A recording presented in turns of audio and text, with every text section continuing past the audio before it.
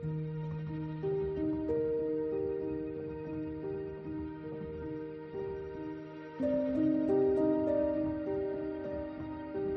everyone, my name is Rishabh and welcome to my YouTube channel.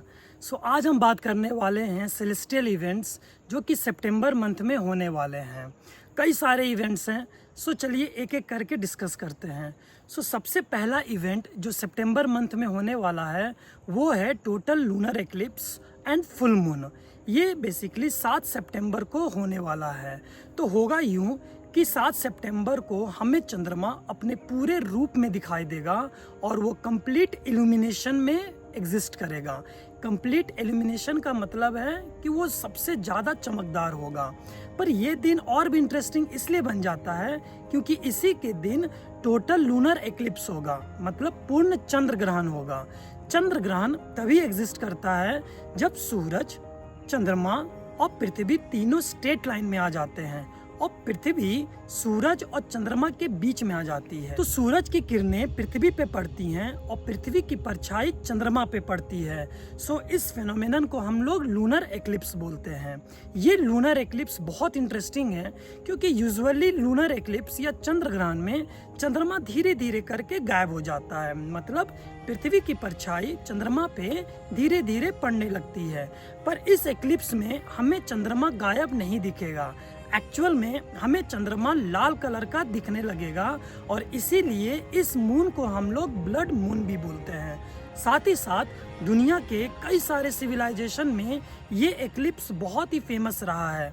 तो इसीलिए इस moon को कॉर्न मून भी बोलते हैं क्योंकि इस मंथ में कॉर्न की हार्वेस्टिंग होती है। ये एक्लिप्स बहुत इंटरेस्टिंग है और सबसे इम्पॉर्टेंट बात कि ये हमारे भारत में भी बहुत आसानी से दिख जाएगी। आप भारत में कहीं पे भी रह रहे हो, आपको रात को 11 बजे से लेके रात को 1 बजे तक ये फेनोमेनन आपको आसानी से दिख जाएगी। और इस फेनोमेनन को देखने के लिए किसी भी तरह की सोलर फिल्टर या किसी भी तरह की इक्विपमेंट की जरूरत नहीं है। तो आप अपने नेकेड आई के द्वारा इस फेनोमेनन को बहुत ही अच्छे से देख सकते हो और एंजॉय कर सकते हो, बस मौसम थोड़ा सा साफ रहे। 7 सितंबर के बाद हमें इंतजार करना होगा 21 सितंबर का। 21 सितंबर को हमें 3 सेलेस्टियल इवेंट्स दिखने वाले हैं, जिनमें से सबसे पहला है न्यू मून।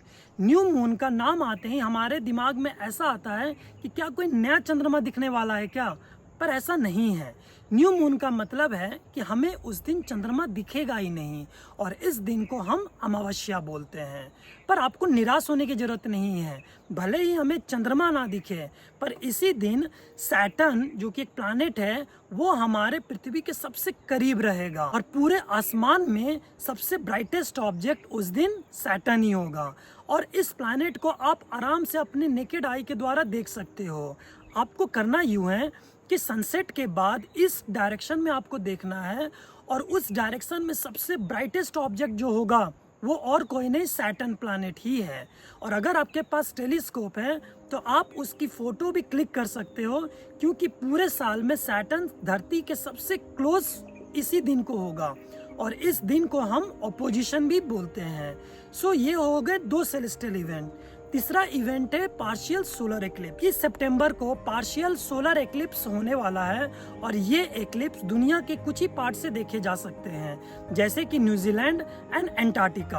अब ये सूर्य ग्रहण होता क्या है, तो सूर्य ग्रहण में चंद्रमा पृथ्वी और सूरज के बीच में आ जाती है और चंद्रमा सूरज के रोशनी को ब्लॉक कर देती है, जिससे धरती पर रहने वाले हम लोगों को सूरज आधा या फुल्ली कवर्ड दिखाई देता है।